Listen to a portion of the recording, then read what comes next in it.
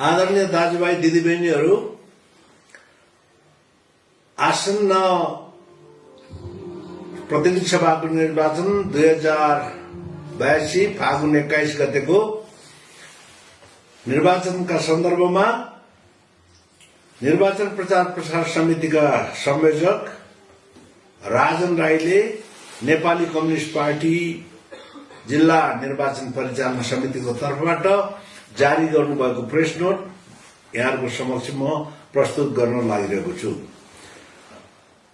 Nepali communist पार्टीका उम्मेदवार स्वतन्त्र वामपन्थी बुद्धिजीवी कमरेड हरि रोकाको जनतासँग भेटघाट तथा छलफल कार्यक्रम आज खोट्याङ गाउँपालिका वडा नम्बर 5 सिप्रिङबाट शुरू भयो। समुदायको चासो गुनासो र सुझावहरू सुन्ने तथा समाधानका विषयहरूमा सम्भावित योजनाहरूको बारेमा छलफल गर्ने कमरेड रोकाको टोली जिल्लाव्यापी भेटघाट तथा अन्तर्क्रिया कार्यक्रममा निरन्तर रहेको छ। चिप्रिङ विष्ट गाउँको भेटघाटपछि खोट्याङ गाउँपालिका वडा नम्बर 2 वाप्लुकाको दितुङमा जनभेटघाट कार्यक्रम भएको छ। यसैगरी वाप्लुकाको कपासे भन्ज्याङमा जनभेटघाट गर्दै टोली वाप्लुकाकै मुखिताङ टोलमा पुगेर जनतासँग साझा सरकारका विषयहरूमा छलफल तथा संवाद गरिरहेको छ। जनतासँग छलफल र संवादको सन्दर्भमा ग्रामीण अर्थतन्त्रलाई सुदृढ बनाउने, कृषिलाई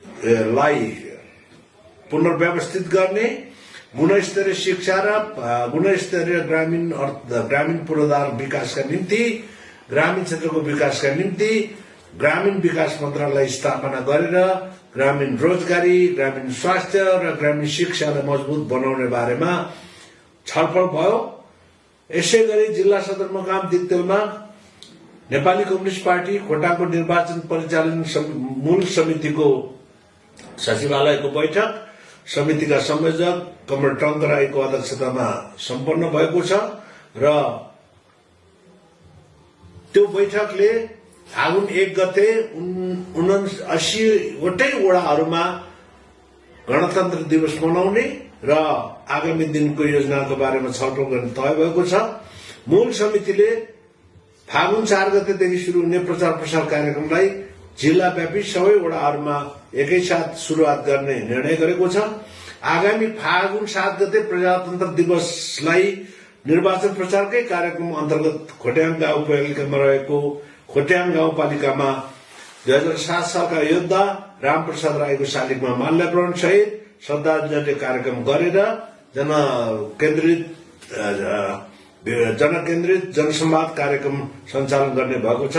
उता ऐसलो खर्क गाउँपालिकामा निर्वाचन परिचालन समितिको टोली जलेश्वरीको डेम्निटार टोलमा जनभेटघाटमा रहेको छ। प्रदेश कमिटी सदस्य परशुराम राई, पालिका अध्यक्ष गेश कुमार राई लगायतको टोलीले क्रमशः सबै टोल तथा बस्तीहरूमा मतदाता शिक्षाको कार्यक्रमलाई निरन्तरता दिँदै कमरेड हरि रोकालाई मतदान गर्न अनुरोध गरिरहेको छ।